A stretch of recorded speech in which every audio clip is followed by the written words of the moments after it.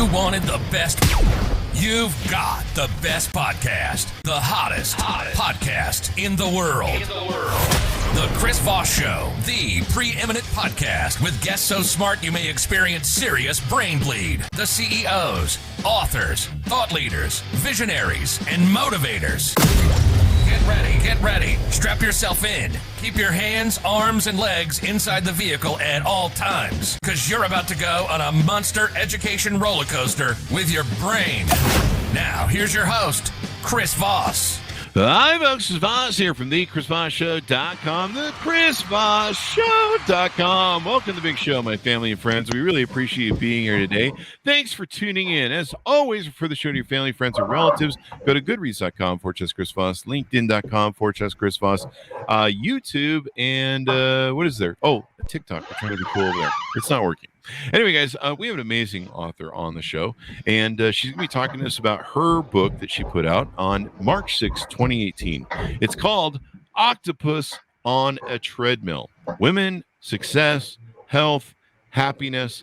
Gifty Enright is on the show with us today, and she'll be talking about her insights, some of the coaching she does and consulting she does, and some of the things that she learned as being a mom. It's a book that's recommended as every working mother needs to read this book.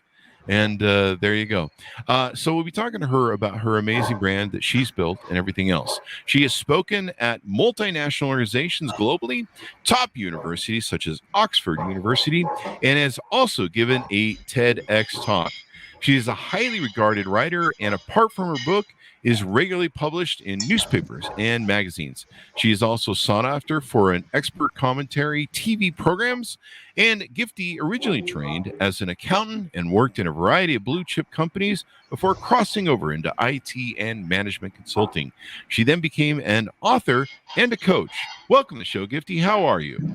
I'm very well. Thank you. Hearing you read all that, it sounds like I've been about a bit.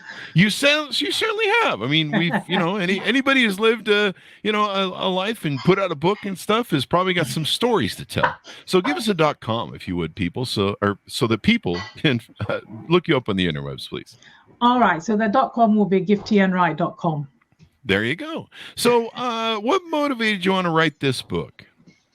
I had been on the corporate journey for many years. And then when I had my kids, it got to a point where I was a struggling working mother, still trying to go toe to toe with the men at work. But then at home, there was this whole other responsibility. And so I found myself burnt out and standing in a doctor's office, literally with a list of 14 symptoms of the things that were wrong with me. And at that point, I was also then literally, entering my 40s. So, doctors were telling me one thing. In England, we have the NHS. So on the NHS, it's like, which is free. It's like, there's nothing wrong with you. You're fine. You got small kids. This is normal. And then, my husband getting fed up and asking me to go private. And then when you go private, it's like, everything is wrong with you. So here's some medication. Go take that for the rest of your life. And I thought there's got to be a middle ground. There's got to be and I was also very uneducated about what was going on in terms of my biology. So I went on a journey myself because I thought before I was consigned to drugs for the rest of my life, I wanted to find out exactly what was going on and to understand. And it turned out I was actually burnt out, and I was also perimenopausal. So long story short, I was able to reverse all my symptoms and learned to live properly in a sustainable way and understand for me what was going on for me as a woman, as a career mother, and all the rest of it. And when I came out at the other end of it, I thought every woman out there needs to know about this. And that's why I wrote my book. There you go. We sometimes, especially when we're young, everything works right. And, you can live on 2 hours of sleep and a bottle of vodka and everything's fine. But then, as you get older, that doesn't work anymore. And you start going, hey, man, what's going on? And what are some other things that are happening? 14 ailments, man. I mean, Yeah. that's just a starting point for me on Fridays at my doctor. So there you go. So I love the title of the book. That really struck my interest. Octopus on a treadmill. Where did that come from? Give us a thing. And what does that mean? Yeah, so basically, because my husband was privy to all my struggles, and so when I was writing the book and I was thinking about what title to call it, basically I was going to call it, How to Live Without Prozac, but I thought I might be sued. So so he came up with that title. So in this way, I wasn't going to be sued. But basically what it means is that as a career woman, particularly as a career mother, you have lots of stakeholders, and so lots of people you have to answer to, lots of deliverables, and you don't, hence the 8 arms of the octopus, but you also don't have the luxury of standing still to deliver. You have to do it on the go, right? Hence the treadmill. So this is where we came up with the name. There you go. Octopus on a treadmill. This sounds like it could be a movie. Maybe the octopus can be a superhero or something. But I mean, mothers carry a lot of burden in raising children and being the nurturers and caretakers of children. And in today's world, people want to work or are expected to work, or there's social pressure to work, whatever the case may be, or sometimes you have to just for finances because everything's so darned expensive. And so having to do the man's world, masculine, go out, work, lead, do all this stuff, labor, et cetera, and then come home and be the feminine nurturer and raise the kids and cook, and, do all those things and take care of a nest. I mean, basically that's what women do. They nest in their home, they create a nest, and they live their eggs, their children, and they keep it clean. And, it's a nesting thing. And so, you're struggling with really two biologies of doing this. And it's hard to balance and find that balance, I think, right? Absolutely. It's absolutely hard to balance. But I don't think a lot of women recognize the impossible tightrope that we're walking all the time. And this is what leads to the burnout. And so particularly if you're looking at career women, so they tend to be competitive. And I was brought up thinking anything a man can do, I can do better, right? So I was there, not taking account of the fact that I had a different biology from a man, not taking account of the fact that the societal expectations on me are different from what is on a man. So you have to understand the social construct in which we live. You need to understand your deliverables. You need to understand your multiple stakeholders, and also you yourself, as in the importance of you, the mother. So you are at the center of a lot of people's lives. And I mean, there's research that also shows that 75% of unpaid nurturing work is done by women, right? So we are bearing this responsibility. And then you go to the workplace and you expect to compete toe to toe with these men who are not carrying that 75% burden. It is just not a level playing field, and something is got to give. And this is where my health went when it had to give. Definitely. It's interesting to me. You mentioned the paradigm you were taught raising up, and the mindset of anything a woman can do, anything a man can do better. It's the other way around. Anything a man can do, I could do better. Oh, sorry. Did I? Okay. All right. It's still early in the morning for me. We're waiting for the coffee kick in. So yeah. So that paradigm that you said, do you still feel the same way after looking at your book and analyzing it? Because one of the things that we're designed, if you look at the biology of men and women, is we're designed to be complements to each other. They're individual strengths that women have. They're individual strengths that men have, and they're very different and many times opposing, because we're designed as a puzzle piece to join together. And I know a lot of people too from our generations, they were also told, women were told you can have everything. And I've seen a lot of burnout with that sort of mentality mindset too, because no one can have everything. It's just, as a man, we're just like, yeah, we're not doing that. That's insane.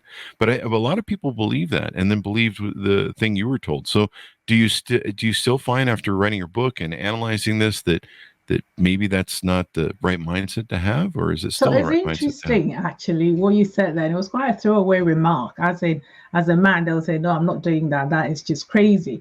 And that clarity. A man can easily have that. Mm-hmm. For a woman, it's not as clear cut, you know, in terms of the societal construct. So we are expected to, and I always say the women went marching into the workplace, but with their kitchen sink strapped to their backs still.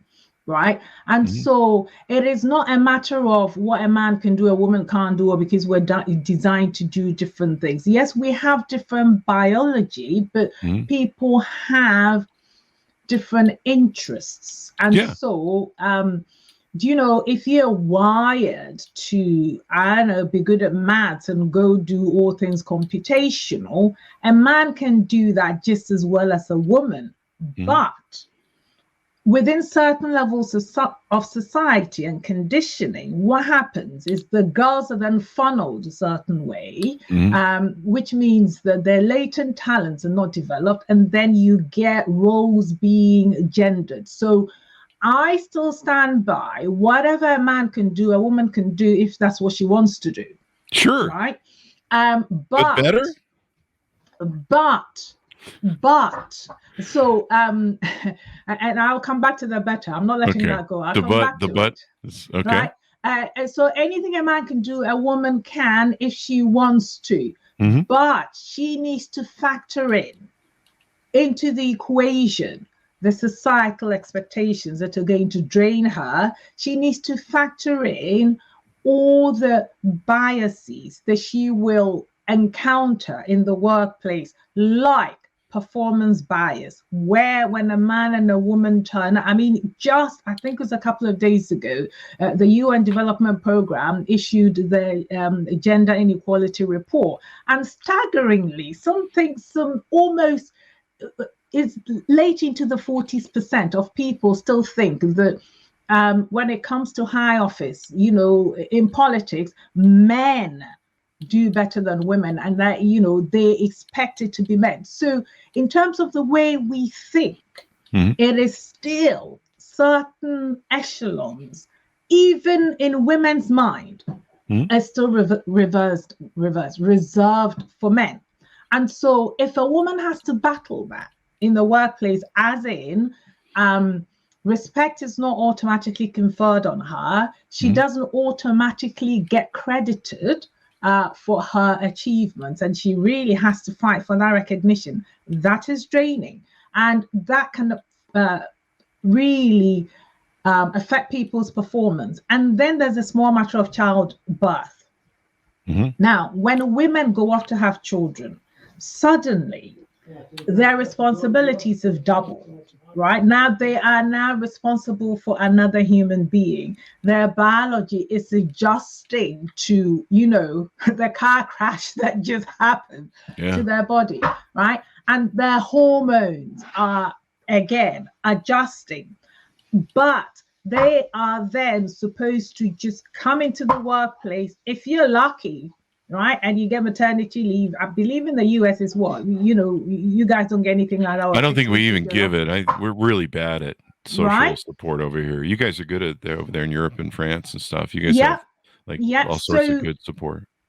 So women are expected to come in after 6 weeks when your body is still in flux. Now, you're coming at 6 weeks and you're going to come and compete with a man whose biology is still intact, nothing has happened.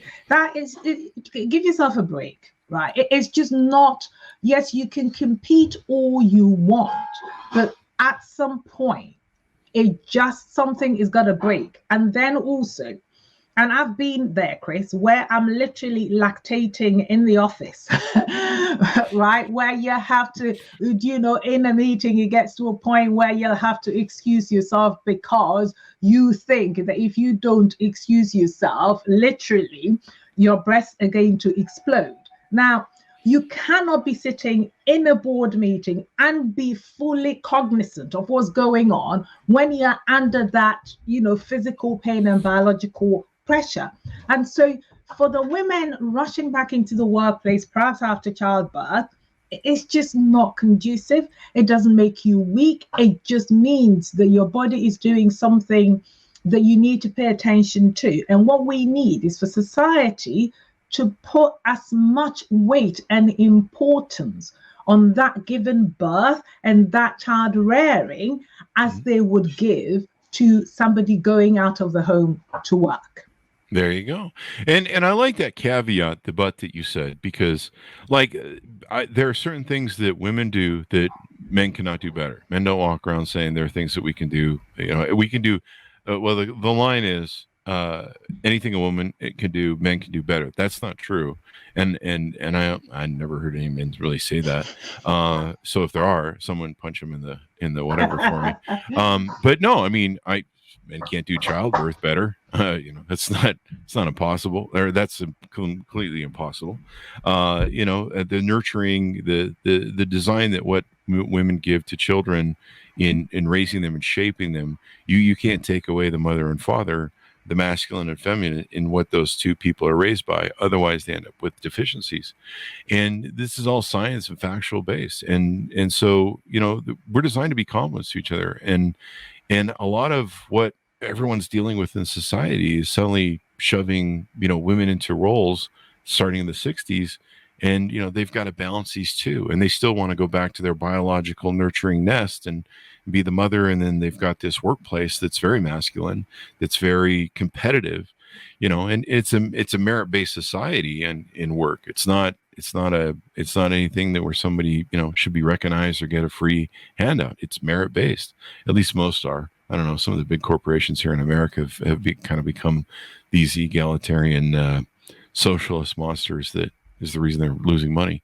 But so you talk about in your book several different things. How right foods can heal you and make you feel great. Food is a big thing that's helped me in my old age. A little exercise and how to stabilize and transform your emotional well-being. This is really important for women, their emotional well-being. How to make space for spirituality, and how to manage your time. Talk to us a little bit about some of those so that you can manage the octopus on the treadmill, if you would. And so, I mean, all the things I talk about in the book there, those things men can benefit from too. So these are basic well-being tenets. But for women, particularly working mothers, just being cognizant of the pressures they're under, they cannot afford to just bumble on like everybody else simply because their deliverables are higher than other people's, perhaps.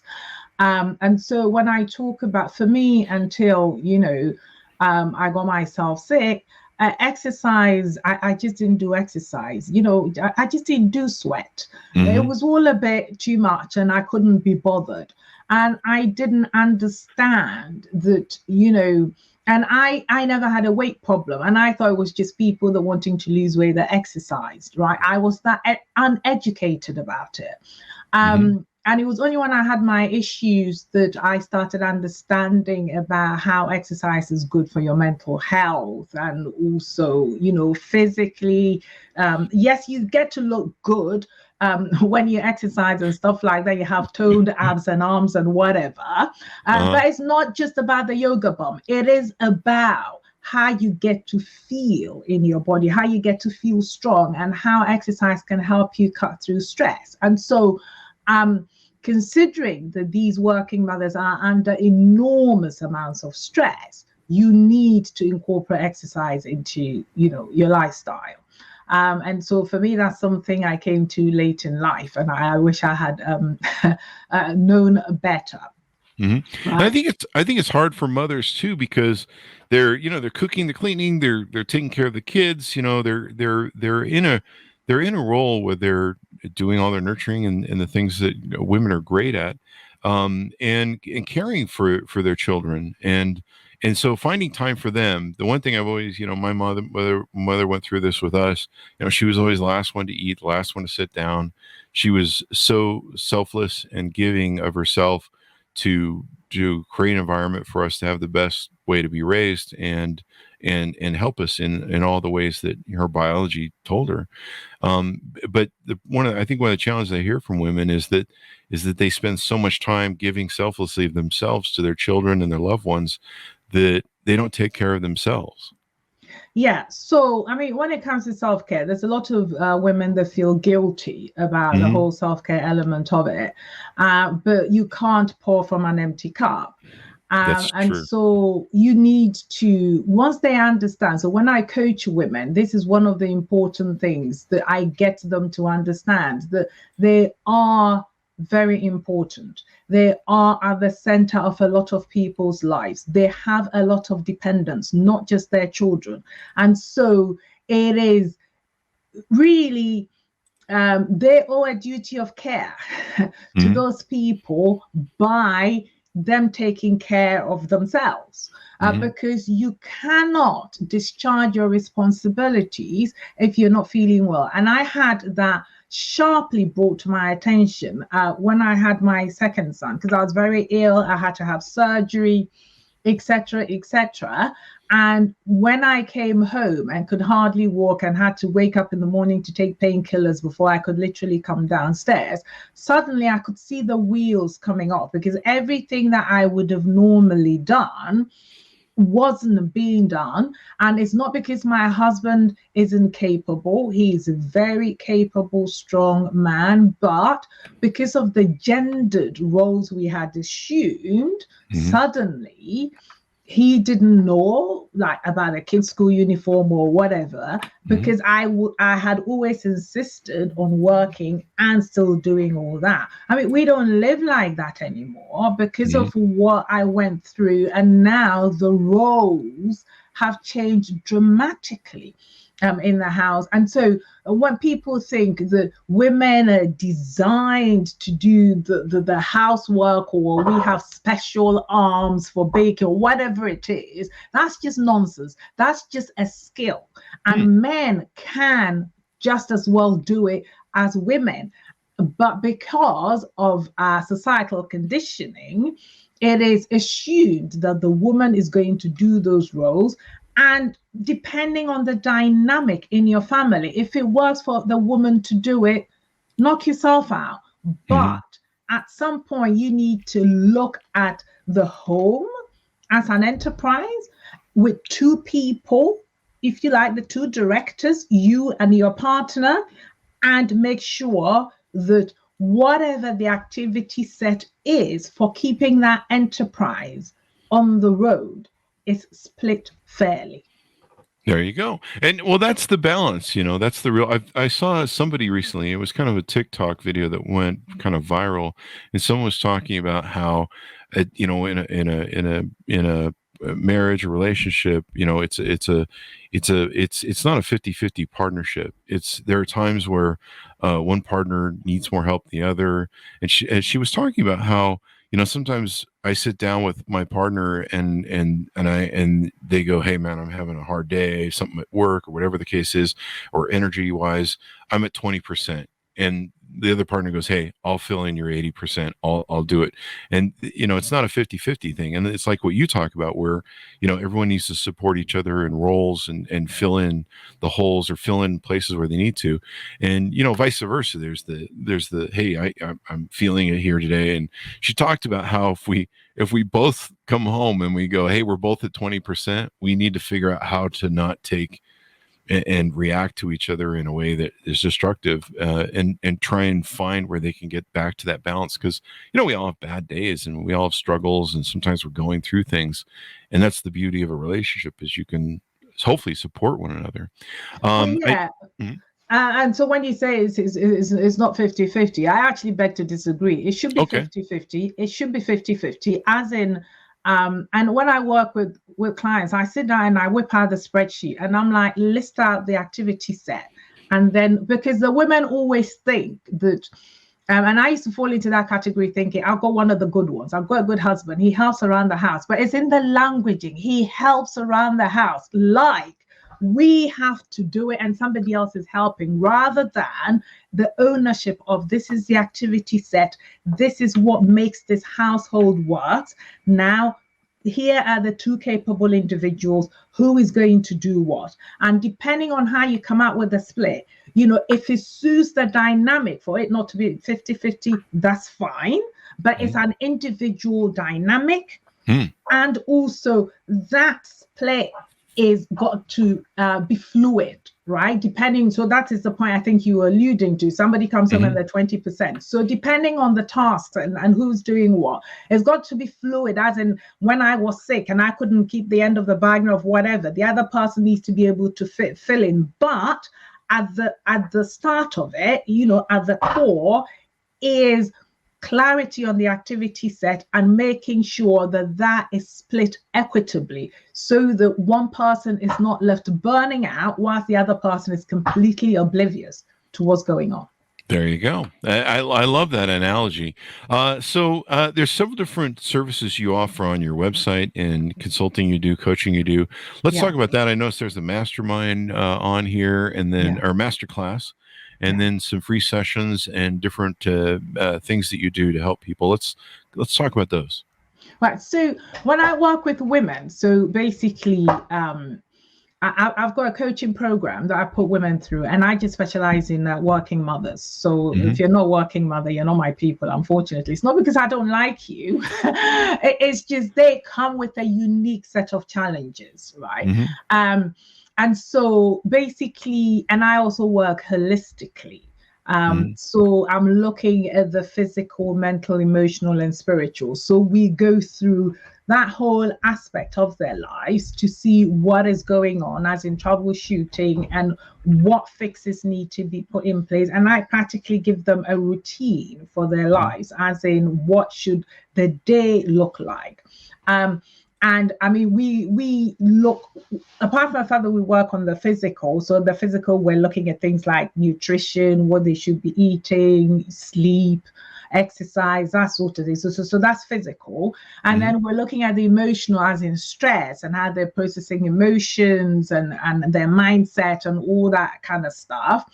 And then it's also mental, because we should be continuous improvement. We should always be up leveling ourselves and who we are and stuff like that. And then I look at things like communication skills, self-esteem, all that kind of stuff. So what I would call the worky skills, as in the skills they need to succeed in the workplace. Because a lot of women, they go to the workplace and they think, okay, I'm here, whatever my boss is asking, that is what I'm doing. But you need to be able to have that conversation with your boss. They need to understand what is on your plate, and you need to be clear on your deliverables, what you can and what you can't deliver.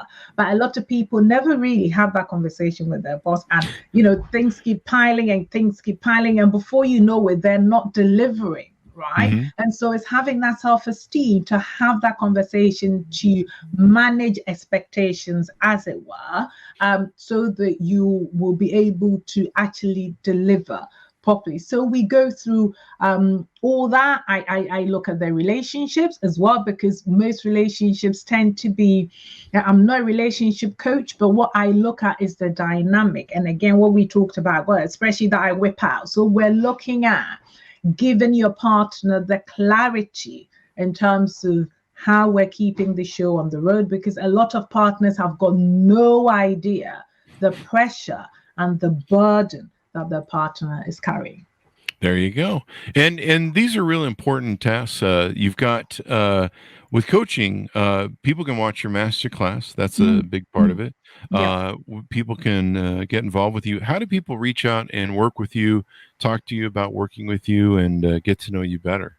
Yes. So when they watch my masterclass, they would know whether I'm their cup of tea or not, because I'm not everybody's cup of tea. And so if they watch my masterclass and they think, okay, she resonates with me and I want to work with her, then there's a link. So they will get a link as in to book a call with me. And then, I will then speak to them and see if they're a fit, because again, there's no point in dragging somebody over a line that they don't want to be dragged over. And so on my website, people can go as well there and book a one-to-one with me as well. And we have that initial conversation to see whether, we are a fit. And then, if we're not, we part as friends, you go your way, I go my way. And if we are a fit, we get to, have fun together and literally release your greatness.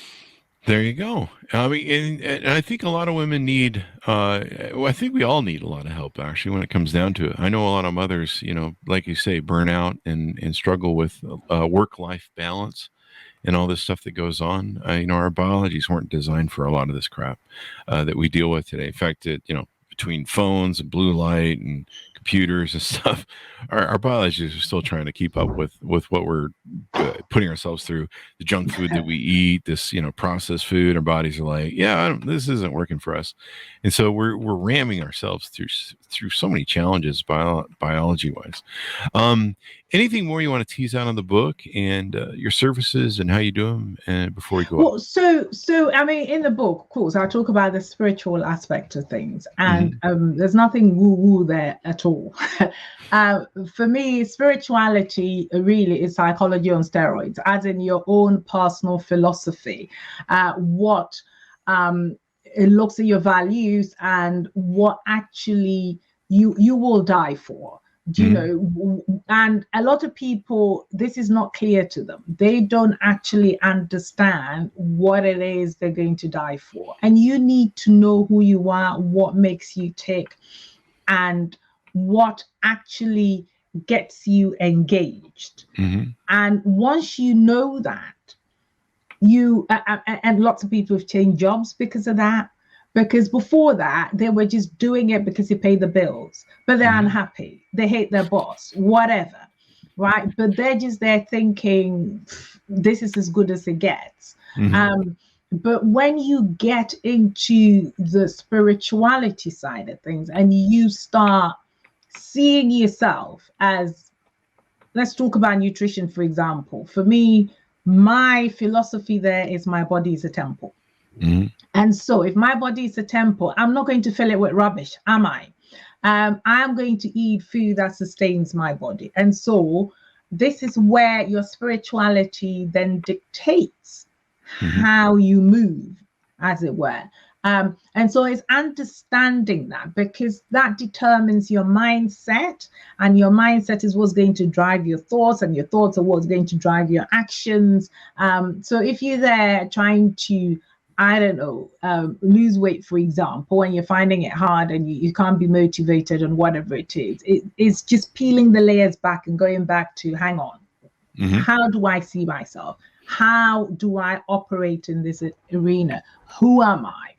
And this is where the spirituality helps you do things that normally you wouldn't do. And also about working holistically. So sometimes what happens is, maybe when we're looking at the physical side of things, people are there thinking, okay, I'm going to eat this, I'm going to sleep however many hours or whatever. And they're struggling with the physical things. But when you come to the emotional side, for example, maybe there's something that's stressing them out. And if you can get to the bottom of that stressor and eliminate that stressor, then that can then support the physical. And also, you can use the physical to support the emotional. So you're stressed out, your boss is stressed you out. If you know that exercise is one of the quickest way to cut through stress, and you come home and you belt out there and you go for that run, you release those endorphins and you come back feeling, $1 million. The next day you will go to work and thinking, yes, I can take this on, rather than coming home, being stressed out, eating more biscuits and staying under the duvet. So it is about how the different segments support other segments. And that's why I work holistically, because otherwise anything else is hard work.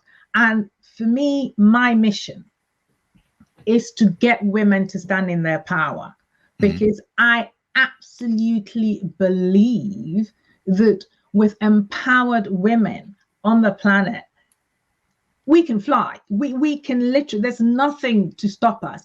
And also, there's research out there. This came out from London School of Economics, showing that children's emotional template is really set by their mother, right? So their mother's well-being. So the mother's mental health is what affects the children's emotional template. Oh, yeah. Now, and I've been asked these questions, what about the dad? I don't know, but perhaps it's a primary carer, which still tends to be the mother in our society. Now, if you stretch this, you have children coming up, and if their mother is stressed out, if their mother is all over the show, these children, their mental well-being is being impacted. And that is why, for me, it is important that these mothers are taken care of, that these mothers take the time for their self-care, because otherwise we are impacting on the next generation. And if we don't take care of the next generation, what we're doing is impacting our pensions, because who is going to pay our pensions, when we get there? That's right? true. So the women is so important in terms of them looking after themselves, after their well-being, and being able to discharge their responsibilities. There you go. It's so true. I mean, mental health and we see mothers that struggle with toxicity and mental health and stuff. And when they do, it affects the children. The nest of the home is so important in being able to raise children and have them be mentally balanced well. And if they don't have those strong feminine and healthy masculine roles that are presented to them, so they can see how a relationship moves forward between two people, how the biology works and everything else, they're lost. And that's what people really end up doing. They're fighting biology for most of their lives. Yeah. So give us your .com so people can find you on the interwebs, please.